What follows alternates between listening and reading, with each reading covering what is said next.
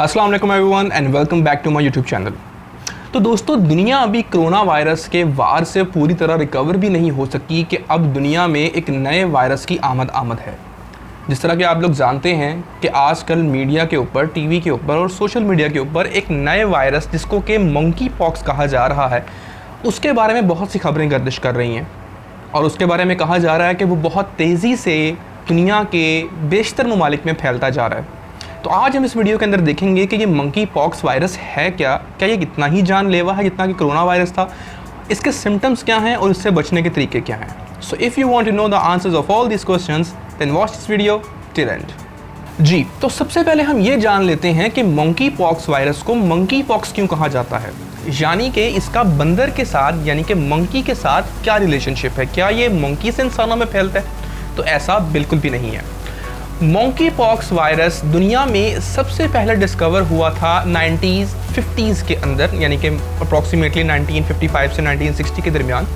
ये virus for the very first time discover हुआ था और डिस्कवर किन में हुआ था? In the monkeys. Basically scientific या मेडिकल एक्सपेरिमेंट्स के लिए खरगोश को इस्तेमाल किया जाता है, रैबिट्स को, मंकीज़ को या रैट्स को।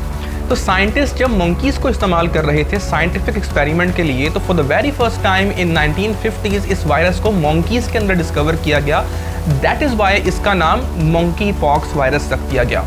लेकिन उस वक़्त इंसानों के अंदर इसके किसी किस्म के कोई केस रिपोर्ट नहीं होते थे। अलबत्ता 1970 के अंदर अफ्रीका के अंदर इसका पहला केस एक 9 साल के बच्चे में डिस्कवर हुआ। ये वो वक्त था कि जिस वक्त for the very first time monkey pox इंसानों के अंदर नमूदार हुआ। इसके बाद इक्का दुक्का इसके केसेस अफ्रीका के अंदर ही देखने को मिले, लेकिन पूरी दुनिया के अंदर इसका वाइड स्प्रेड इतना नहीं था। लेकिन इसी साल यानी कि 2022 मई के महीने में इसका स्प्रेड काफ़ी सारी कंट्रीज़ में देखा गया। यहाँ तक कि दुनिया की 12 ममालिक के अंदर, 12 कंट्रीज़ के अंदर कुल मिला के 100 केसेस रिपोर्ट हुए मई 2022 के बाद।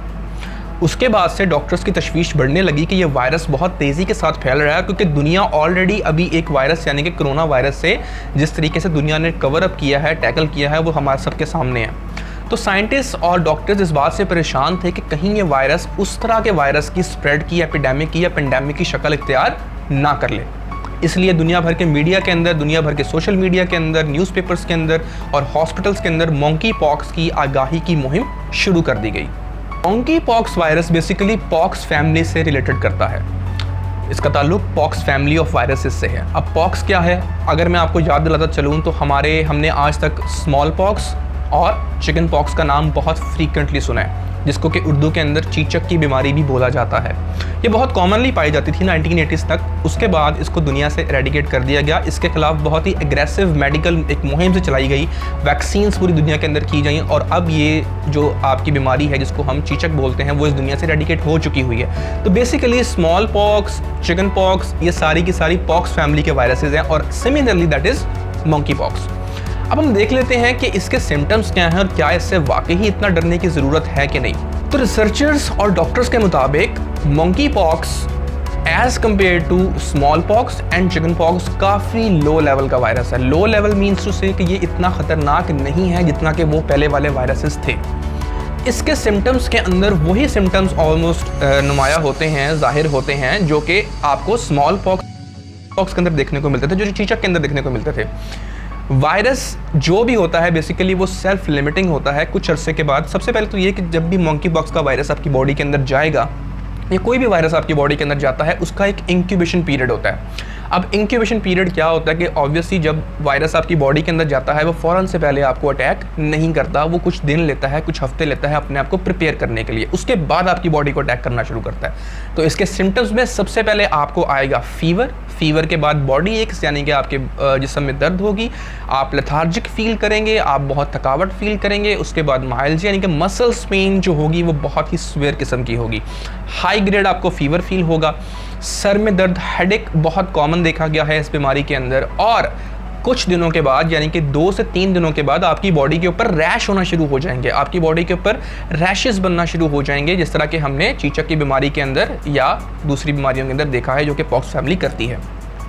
उसके बाद आहिस्ता आहिस्ता वो जो रैश हैं वो छालों में तब्दील हो जाएंगे, पानी वाले छालों में तब्दील हो जाएंगे और उसके बाद वो इन्फेक्टिव छालों के अंदर तब्दील हो जाएंगे और एक स्टेज ऐसी आएगी कि वो छाले वहाँ से ख़त्म हो जाएंगे, फट जाएंगे, ख़त्म हो जाएंगे और वहाँ पे सिर्फ आपका निशान रह जाएगा। ये वो वक्त है कि जिस वक्त पेशेंट दोबारा रिकवरी की तरफ आ रहा होता है।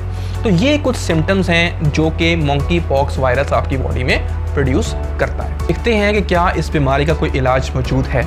तो इस बीमारी का अभी तक कोई इलाज मौजूद नहीं है।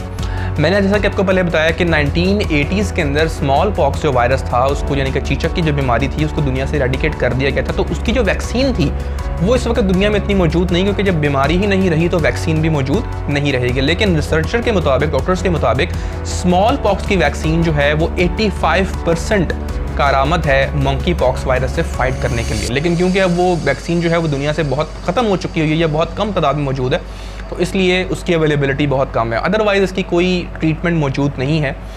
इस वायरस से इंसान को रिकवर करने के लिए तकरीबन 9 से 21 दिन लगते हैं, या 10 से 21 दिन आप कह लें कि 10 से 21 दिन के अंदर पेशेंट ऑटोमेटिकली रिकवर हो जाता है। जिस तरह की हमने ट्रीटमेंट की थी कोरोना वायरस की, जब किसी बंदे को कोरोना वायरस होता था तो हम उसको आइसोलेट कर देते थे, अलहदा कर देते थे। उसकी सपोर्टिव ट्रीटमेंट जिसको हम लोग बोलते हैं कि किसी किस्म की कॉम्प्लिकेशन हम लोगों ने जनरेट नहीं होने देनी, उसकी बॉडी को हेल्दी रखना है, उसकी डाइट सही रखनी है, उसके डिफेंस मैकेनिज्म्स को ठीक रखना है, उसकी इम्यूनिटी को बहाल रखना है, तो ऑटोमेटिकली ये वायरस 10 से 21 दिन के अंदर ख़त्म हो जाता है और पेशेंट दोबारा से अपनी नॉर्मल लाइफ में आ जाता है। मोस्ट ऑफ द केसेस के अंदर ऐसा ही देखने को मिला। तो इट्स मीन ये वायरस बिल्कुल भी इतना डेडली नहीं है जितना कि इसके बारे में मीडिया में हाइप क्रिएट की जा रही है।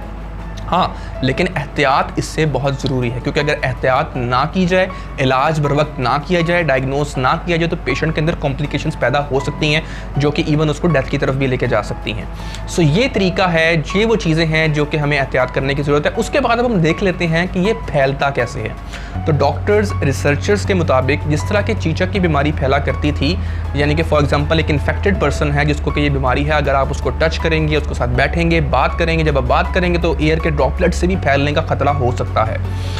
So this was all about monkey pox virus कि ये वायरस है क्या, आपकी बॉडी को किस तरीके से अफेक्ट करता है और हम इससे किस तरीके से बच सकते हैं। So I hope now you guys know कि what actually monkeypox is, और इससे इतना डरने की ज़रूरत नहीं है। जिस चीज़ की ज़रूरत है वो है सिर्फ और सिर्फ एहतियात। लास्ट में आपको पता चलूँ कि पाकिस्तान में इस वक्त तक जब मैं वीडियो बना रहा हूँ मंकी पॉक्स का एक भी केस रजिस्टर नहीं हुआ। Thank you so much.